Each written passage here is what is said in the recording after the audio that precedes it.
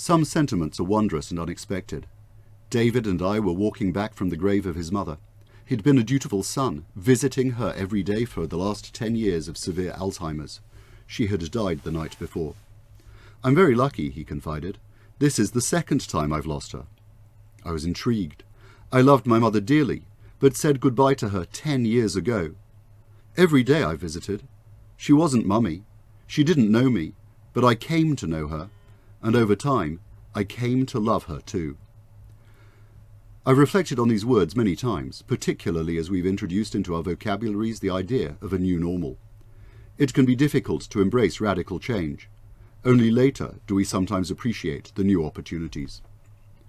I had a burst of early optimism some weeks ago. Our neighbourhood was engulfed in kindness and goodwill. People who had been nodding acquaintances in the street checked up on each other and volunteered to collect food and prescriptions. Responding to WhatsApp requests, we dropped off Ethernet cables, children's books and jigsaws on doorsteps. We gathered food and toiletries, delivered them to charities for distribution. We smiled at each other as we clapped for carers. There was a newfound respect for healthcare workers, public transport drivers, couriers. As the gravediggers scrubbed clean the shovel I'd recently handled, I considered their fears for their safety, their need to protect themselves and provide for their families. All lives matter. We learned to love each other just a little more. Could this spirit be sustained? Emerging from lockdown, there is apprehension. There is anger. Lives have been lost. Livelihoods face ruin. Of course, there must be examination and accountability. We must learn lessons for the future, not repeat the mistakes of the past.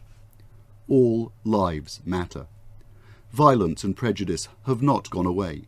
Inflammatory language, inflamed passions, vilification.